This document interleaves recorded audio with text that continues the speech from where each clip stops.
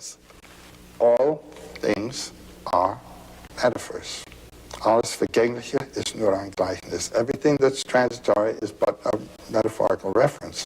That's what we all are. And to see the word, we're getting back to that, your radiance that we spoke of before comes out here again now.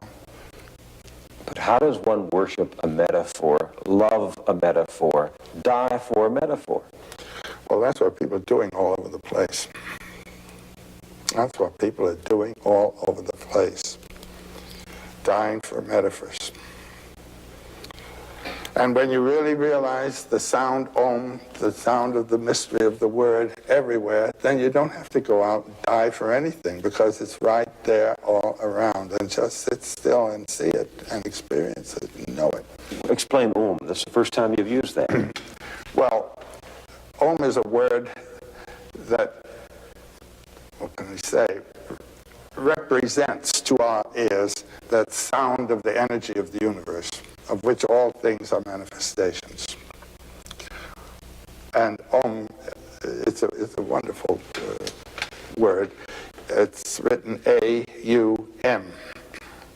You start in the back of the mouth, ah, and then oo, you fill the mouth, and closes at the mouth. And when you pronounce this properly, all vowel sounds are in that pronunciation. And consonants are regarded simply as interruptions of Om.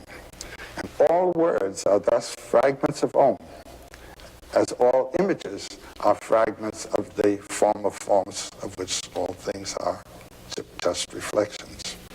And so Om is a symbol, a symbolic sound that puts you in touch with that throbbing being that is the universe.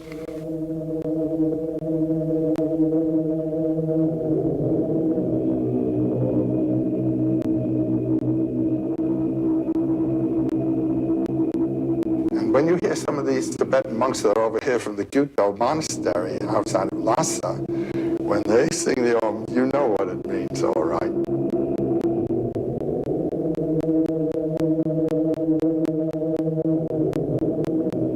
That's the zoom of being in the world.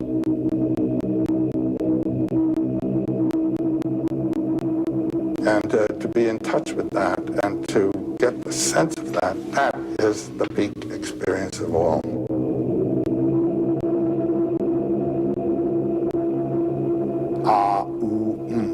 The birth, the coming into being, and the dissolution, the cycle of that. And this is called the four-element syllable. What is the fourth element? Ah, oo, and the silence out of which it comes, and back into which it goes, and which underlies it.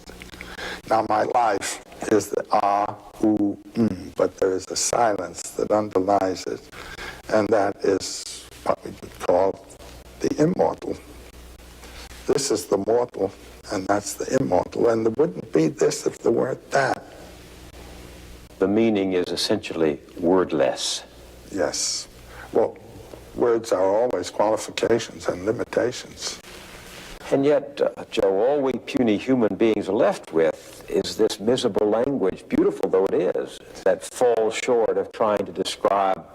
That's right.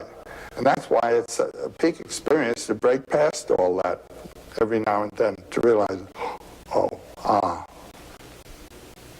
I think so.